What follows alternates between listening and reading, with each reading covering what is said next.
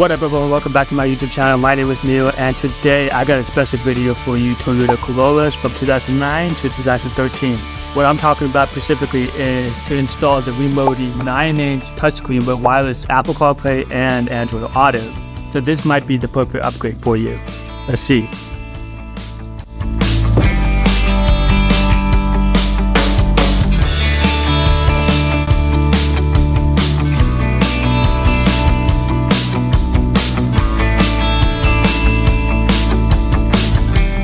Alright, so here are the tools that you need. A 10mm socket, a Phillips screwdriver, this power drill. Is so much easier to do the work than do it manually, so these are the tools that you need.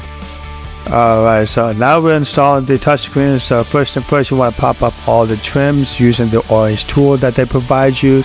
It's very simple, just pop up, don't be afraid of it breaking. Next, you want to go ahead and remove the 4 screws using a 10mm socket. Obviously, you can see here, removing the first 2, but the remaining 2, I couldn't do it because I didn't have an extended version of the socket. Luckily, I have a power drill with an extended version of it. It's longer, it's easy to reach. Honestly, just use a power drill to begin with. It's so much easier to save you a lot of time. Now go ahead and pull the top portion and the bottom portion. After you've done that, you want to go ahead and start unplugging all the wire that's connected to the console. But please do not pull on the wire itself, pull on the bracket, just in case. And that goes for the top portion too. The hazard lights, go ahead and unplug them. Next, you want to use the given wire, and at this point, it's just plug and play. Whatever matches, plug it in. Obviously, I was struggling here because you kind of have to line it up where the dots are, so just plug and play. Next, you want to power to the touchscreen, and you want to make sure it's actually working before you continue the whole process.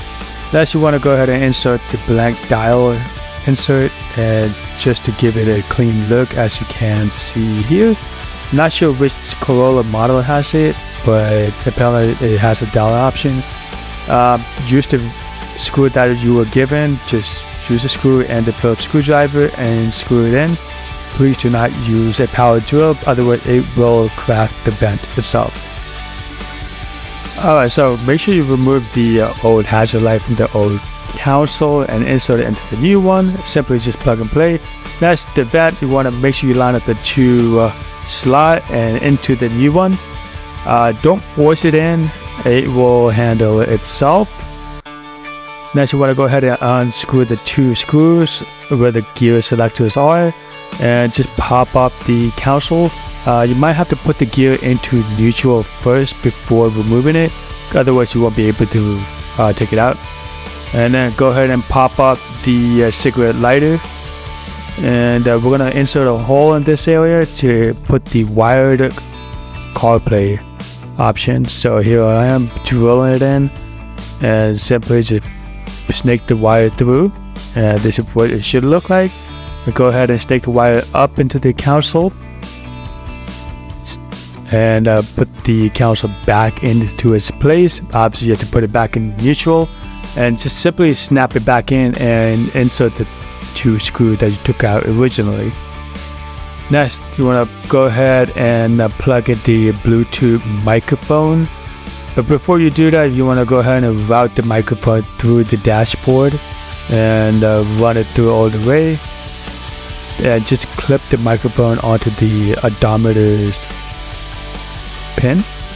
Next, you want to focus on the GPS. The GPS, you simply have to plug it in. There's only a specific section for it.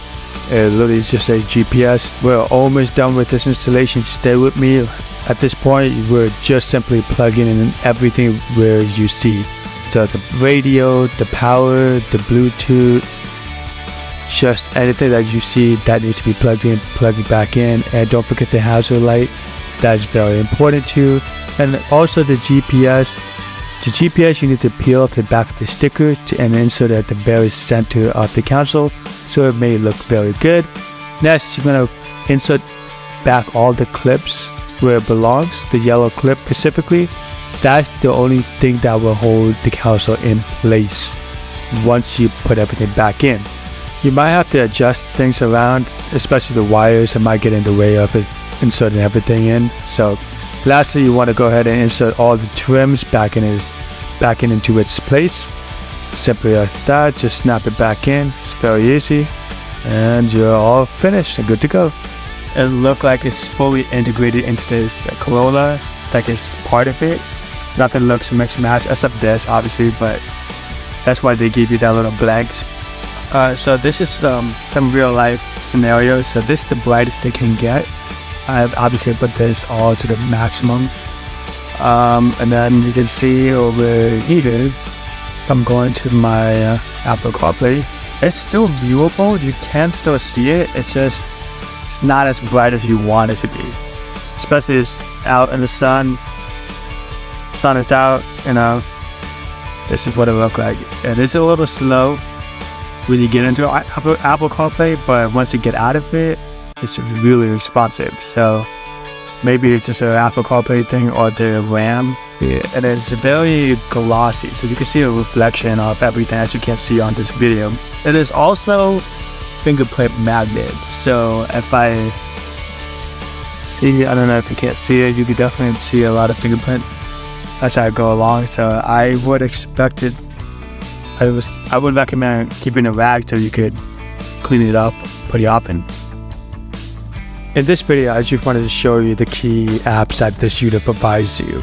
For example, you can go on a browser and roam around as long as you're connected to the Wi-Fi or the hotspot.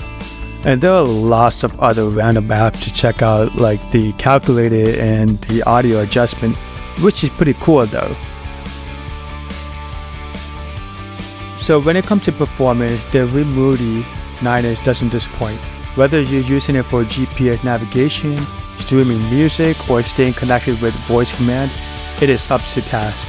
So the big question, is the Rimoody 9-inch touchscreen with wireless Apple CarPlay and Android Auto worth it for your Toyota Corolla between 2009 and 2013?